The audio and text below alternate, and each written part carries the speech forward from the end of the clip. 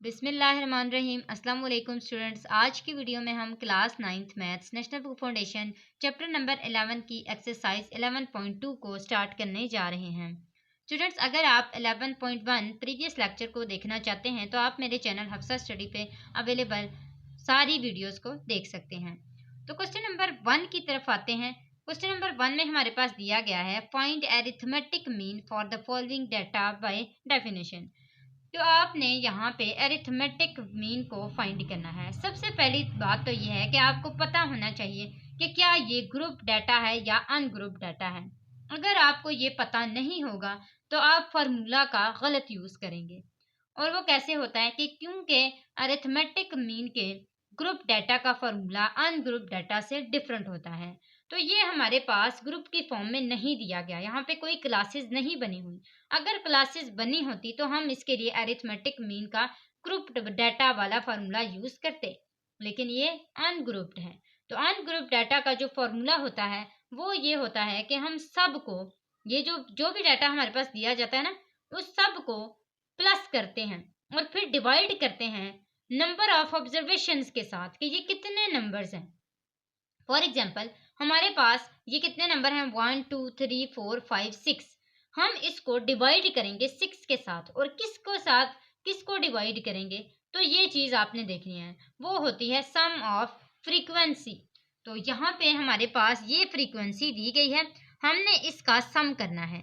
ये हमारे पास sum of frequency divided by number of observations होंगे, ठीक है। और ये फॉर्मूला किसका है, अरिथमेटिक मीन का, जिसको रिप्रेजेंट किया जाता है एक्स की बार से। अब हमने यहाँ पे सम ऑफ फ्रीक्वेंसी करनी है।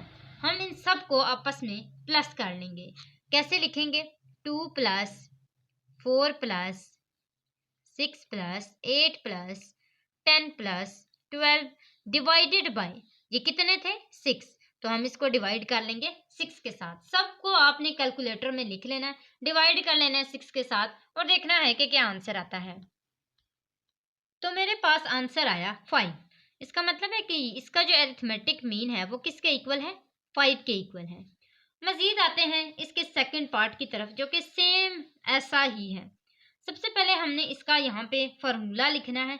फॉर्मूला वही है, arithmetic mean is equal to sum of frequency divided by n, number of observation. अब यहाँ पे सारे लिख लेते हैं। 3 प्लस, यहाँ पे एक चीज इससे डिफरेंट है, और वो क्या है कि यहाँ पे माइनस आया हुआ है, तो माइनस जैसा लिखा है वैसा ही लिख दें। 3 प्लस 4, आपने यहाँ पे प्लस नहीं डालना, -1 प्लस 7 -8 -5 प्लस 0 डिवाइडेड बाय जो भी लिखा है यहाँ पे लिख लें। और कितने ही हैं, 1 2 3 4 5 6 7 है, तो हमने इसको डिवाइड करना है 7 के साथ। अब यहाँ पे इसका आंसर आता है 0। क्या आंसर आता है, 0। तो 0 डिवाइडेड बाय 7, जब भी किसी भी फ्रैक्शन का डिनोमिनेटर 0 हो फिर तो इसका आंसर वही आता है जो न्यूमरेटर में हो। लेकिन अगर उसका न्यूमरेटर 0 हो जाए तो फिर उसका आंसर हमेशा 0 ही होता है। तो ये हमारे पास इसका आंसर 0 आ चुका है। अच्छा, एक और बात यह है कि आपको मैंने ये जो फार्मूला लिख के दिया है, ये फार्मूला हमारे पास वही फार्मूला है जो हम स्टार्ट से पढ़ते आए हुए हैं, स्टैट्स के हवाले से अरिथमेटिक मीन का। लेकिन अगर आपको इसी के साथ ये जो वैल्यूज है ना, जो आपको वेरिएबल्स हैं, ये दे दिए जाएं, तो आपने फॉर्मूले को नहीं चेंज करना, वही बस इसी फॉर्मूले के अंदर आपने थोड़ी सी एडिशन कर लेनी है। जैसे ये ना, तो इसके ऊपर y के ऊपर बार लगा लेनी है और सम ऑफ y लिखना है और डिवाइडेड बाय n। सारा कुछ यही है, बस आप इस तरह लिख सकते हैं इसको। अब हमारे पास आता है इसका थर्ड पार्ट। इसको मैं अब बना के दिखाती हूँ ये किस तरह बनेगा। तो ये आएगा x, इसके ऊपर बार, और यानी कि arithmetic mean is equal to sum of x divided by n, होगा सारा कुछ वही। अच्छा, ये 0 जो है ये आपने लाजमी इसके अंदर इंक्लूड करना है। आपने ये नहीं कहना कि 0 की तो कोई वैल्यू ही नहीं होती और बाकी सबको लिख के उन्हीं को गिनना शुरू कर दें। नहीं, नंबर ऑफ ऑब्जर्वेशन में सारे इंक्लूडेड हैं। यहाँ पे क्या आएगा, 0 plus 4 plus 8 plus 12 plus 16 plus 20 plus 24 plus 28 divided by, ये कितने हैं, 1 2 3 4 5 6 7 8 8 हैं। हम इन सब को प्लस करके डिवाइड करेंगे 8 के साथ, तो हमारे पास आंसर आएगा 14। तो ये हमारे पास ये जी का जो बार है उसका आंसर आ जाएगा। सॉरी ये जी है, यहाँ पे जी लिख लें, इससे कोई इश्यू नहीं होता यहाँ पे क्या है, बस आपने सिर्फ जो सम है ना वो ठीक से करना है, उसको डिवाइड जितने भी नंबर ऑफ ऑब्जर्वेशन है उनके साथ डिवाइड करना है। अब इसके बाद हमारे पास आता है यू। यू का भी इसी तरह होगा, यू के ऊपर बार लगा लें और सम ऑफ यू कर लें, डिवाइड कर लें नंबर ऑफ ऑब्जर्वेशन के साथ। हमारे पास क्या है 3.1 है, प्लस 4.2 है, प्लस 5.3 है, प्लस 6.4 है, प्लस 7.5 है, प्लस 8.6 है, प्लस 9.7 है और प्लस 10.8 है। हमने इन सब को डिवाइड करना है किसके साथ, 1 2 3 4 5 6 7 8 के साथ डिवाइड करना है। सबसे पहले इन सबको प्लस कर लेते हैं, देखते हैं क्या आंसर आता है। हमारे पास इन सब का आंसर आता है 55.6। अब हमने इसको डिवाइड कर लेना है किसके साथ, 8 के साथ, तो मेरे पास आंसर आया 6.95। तो ये मेरे पास आंसर आ चुका है। स्टूडेंट्स आपको एक और चीज़ बता दूं, आपने पॉइंट से आगे फर्स्ट वाली रकम देखनी है, वो आपकी ठीक होनी चाहिए, आगे वाली डजेंट मैटर, ठीक है, आपकी फर्स्ट वाली रकम ठीक होनी चाहिए। उसके बाद आता है हमारे पास v इज इक्वल टू, तो v को हम बार डाल देंगे इसके ऊपर, सम ऑफ v करेंगे और डिवाइड करेंगे n के साथ। अब हमारे पास कितने हैं 5 प्लस ये कितने हैं 1 2 3 4 5 6 7 8 है, 1 2 3 4 5 6 7 8 डिवाइडेड बाई 8। 5 को हमने 8 टाइम प्लस करना है, या फिर हम 5 को मल्टीप्लाई कर लें 8 के साथ, एक ही बात है, 40 डिवाइडेड बाई 8, यही आंसर आता है। तो 8 1 टाइम 8 8, 5 टाइम 40, हमारे पास आंसर क्या है 5, ये आंसर आ गया। अच्छा यहाँ पे ना एक ट्रिक है, आपके पास अरिथमेटिक मीन में अगर तो सेम नंबर आ जाए, सेम, तो आपका आंसर हमेशा उसी के इक्वल आएगा, उसी के इक्वल आएगा जो नंबर होगा। अगर आपको ये 5 जितने मर्जी दे दिए जाए, जितने मर्जी, उसका आंसर हमेशा 5 ही आएगा, आप बेशक ये ट्रिक कर लें, आएगा आंसर। उसके बाद आता है हमारे पास क्वेश्चन नंबर 2 और यहाँ तक क्वेश्चन नंबर 1 कंप्लीट होता है। क्वेश्चन नंबर 2 में हमारे पास दिया गया अनग्रुप डाटा ही है। अब आपने इसको ग्रुप नहीं समझना, ये अनग्रुप है, लेकिन इसमें दो हमारे पास ऑप्शन है, एक ए और एक बी है। दो हमारे पास बैट्समैन है, जो फर्स्ट बैट्समैन है उसका नाम है ए और जो सेकंड है उसका नाम है बी। अब हमने दोनों के लिए सॉल्व करना है। सबसे पहले हम सॉल्व करेंगे बैट्समैन ए के लिए और फिर हम सॉल्व करेंगे बैट्समैन बी के लिए। तो मैं यहाँ पे लिख लेती हूँ कि फॉर बैट्समैन ए, और फिर यहाँ पे हम लोग सॉल्व करेंगे बैट्समैन बी के लिए।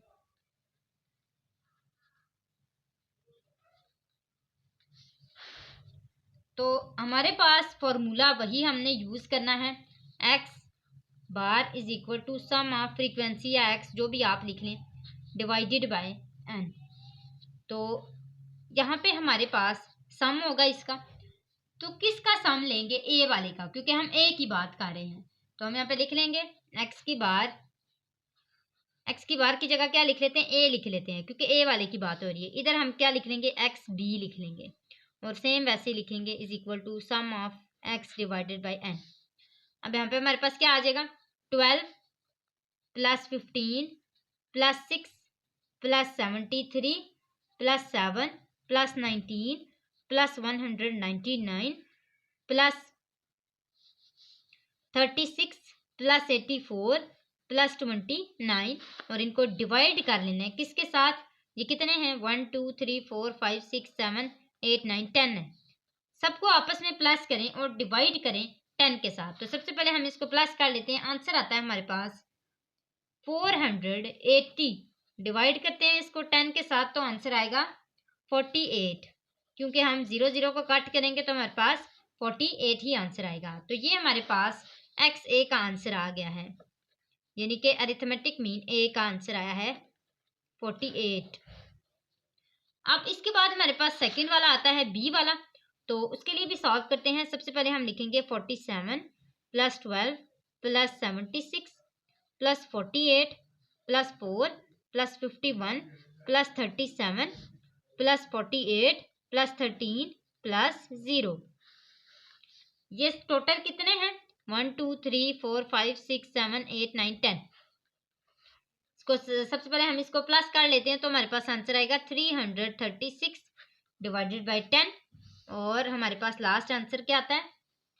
X bar be arithmetic mean be is equal to 33.6। तो ये हमारे पास क्वेश्चन नंबर 2 का आंसर आ चुका है। और यहाँ तक क्वेश्चन नंबर 2 भी कंप्लीट हुआ। क्वेश्चन नंबर 3 की तरफ आते हैं। क्वेश्चन नंबर 3 में हमें दिया गया है marks of 4 student of class. देखें यहाँ पे क्लास की बात हो रही है, इसका मतलब है ये क्या है? ये एक ग्रुप डाटा है। तो इधर से हमें पता लगा कि ये एक ग्रुप डाटा है। लेकिन अगर हम आगे पढ़ें कि इन 4 subjects out of 100 are given below, the weights of subjects according to their importance are also given. अब यहाँ पे देखें ये इसकी क्लासेस बनाई नहीं गई। तो ये चीज आपको समझाना जरूरी है कि ये क्लास वो वाली क्लास नहीं है, बल्कि यहाँ पे ग्रुप्स जो है वो नहीं बना के दिए गए, यहाँ पे एक अनग्रुप डाटा ही है। ठीक है, ये आपने समझना है कि ये एक अनग्रुप डाटा है और उसको भी हमने वैसे ही यूज करना है जैसे हमने क्वेश्चन नंबर 2 किया है। तो ये हमारे पास है कि जो मैथमेटिक्स है उसका जो वेट है वो है 4 और मार्क्स सब बच्चों के बताए हैं, 4 स्टूडेंट्स के यहाँ पे मार्क्स बताए हैं। अब सबसे पहले हम ये हंजला के लिए सॉल्व करेंगे, फिर उसके बाद हम मूसा के लिए, फिर जकी के लिए और फिर साले के लिए। हम चारों के लिए यहाँ पे फाइंड करेंगे अरिथमेटिक मीन को यूज करते हुए। तो सबसे पहले हंजला के लिए यूज करते हैं, सबको आपस में प्लस करेंगे इन सबको, और फिर जब कर लेंगे प्लस, लेकिन साथ साथ हमने इसको ना मल्टीप्लाई भी करते जाना है क्योंकि सब सब्जेक्ट्स का निकालना है ना। पहले आपने क्या करना है, 70 को मल्टीप्लाई करना है 4 के साथ, फिर इसी तरह जब इसको मल्टीप्लाई कर लेंगे तो मजीद इसी तरह करते जाएंगे। 70 को मल्टीप्लाई करेंगे 4 के साथ, 95 को मल्टीप्लाई करेंगे 3 के साथ, फिर 80 को मल्टीप्लाई करेंगे 2 के साथ, फिर 55 को मल्टीप्लाई करेंगे 1 के साथ, यानी कि सबको इस तरह मल्टीप्लाई करते जाएंगे। और फिर जो आंसर आ जाएंगे सबके, उनको डिवाइड कर लेंगे किसके साथ? 10 के साथ। और ऐसा क्यों होगा? क्योंकि जब आप इन सबको लिखेंगे ना तो ये 10 डिजिट्स बन जाएंगे। और वो कैसे बनेंगे? फॉर एग्जाम्पल आप 4 को प्लस करें 3 के साथ, फिर 2 के साथ, फिर 1 के साथ, तो आपके पास टोटल जो फ्रीक्वेंसी होगी वो क्या आ जाएगी? 10 आ जाएगी। तो सबसे पहले आपने इसका जो वेट है ना वो निकालना है। वो कैसे निकालेंगे? यहाँ पे मैं आपको निकाल के दिखाती हूँ कि वेटेड मीन, यानी कि अरिथमेटिक मीन था ना तो वेटेड मीन हो जाएगा। मीन कैसे निकालेंगे? यहाँ पे हम x बार w लगाएंगे और सेम उसी तरह sum of w x divided by sum of weight, इस तरह इसका निकालते हैं। ठीक है, ये आपका फॉर्मूला है। अब हमारे पास जब ये सारे प्लस होंगे तो हमारे पास आंसर क्या आ जाएगा? 4 प्लस 3 प्लस 2 प्लस 1, इनका आंसर क्या आएगा? 10। अब हमने इसी का यूज करते हुए सबको करना है। ये हमारे पास फॉर्मूला होगा और ये सब में यूज होगा। ये होगा वेटेड मीन। ठीक है, ये सब का यूज होते हुए ना, यही फॉर्मूला यूज होते हुए सबका आंसर निकालेगा। लेकिन उसमें हमारे पास ये सम ऑफ वेट नहीं था तो वो मैंने पहले से ही निकाल लिया और वो हमारे पास क्या आया है? 10 आया है। तो इसका हमने यूज करना है 10 का। यहाँ पे हमारे पास सब में 10 यूज होगा और ये हमने खुद फाइंड करना है। तो ये हम फाइंड करते हैं सबका, हंजला का भी, मूसा का भी, जकी का भी और साले का भी। तो स्टूडेंट्स यहाँ पे मैंने हंजला लिख लिया। अच्छा स्टूडेंट्स, हंजला नाम के स्टूडेंट्स जो भी होंगे वो मुझे कमेंट करके ज़रूर अपना नाम मेंशन करके देंगे।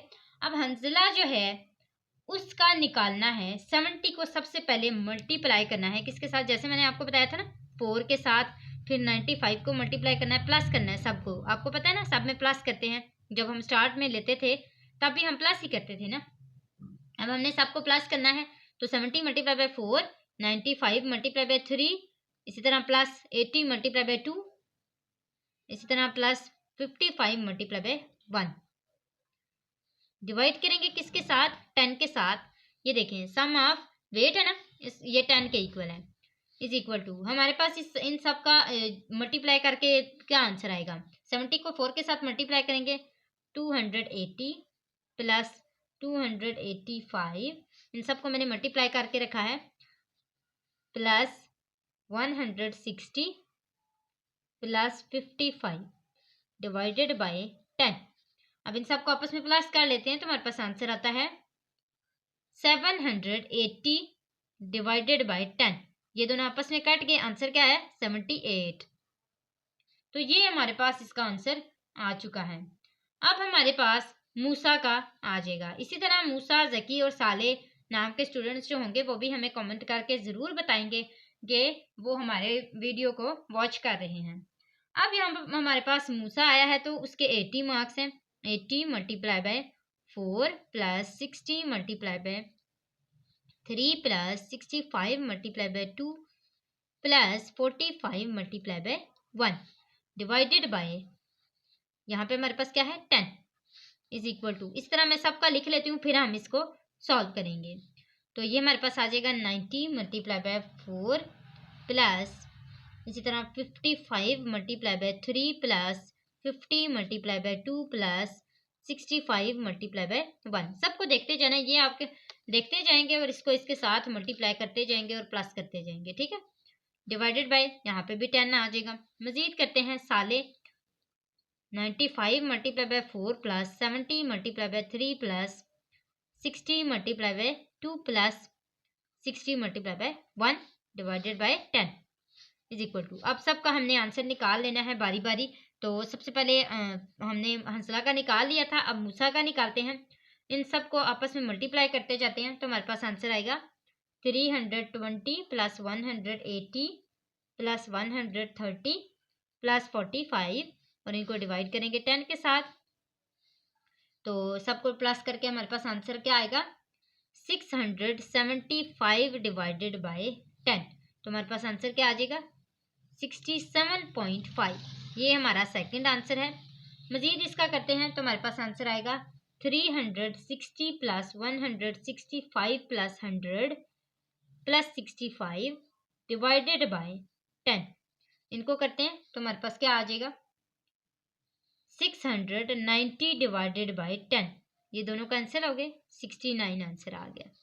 मजीद करते हैं साले का, तो वो हमारे पास क्या आ जाएगा 95 multiply by 4 is equal to 380 plus 210 plus 120 plus 60 divided by 10 is equal to हमारे पास क्या आ जाएगा 770 डिवाइडेड बाय 10। ये दोनों कैंसिल हो गए, 77 आंसर आ गया।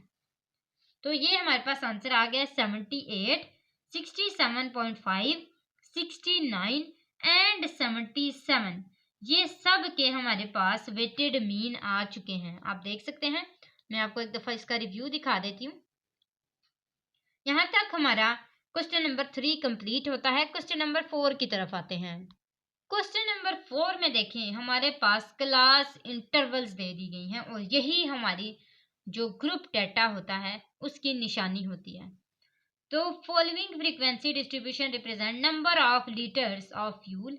ये क्या रिप्रेजेंट कर रहा है number of litres of fuel को consumed against the distance in kilometre. Distance उन्होंने कितना किस में कवर किया है, किलोमीटर में कंज्यूम किया है। Find arithmetic mean of this data set.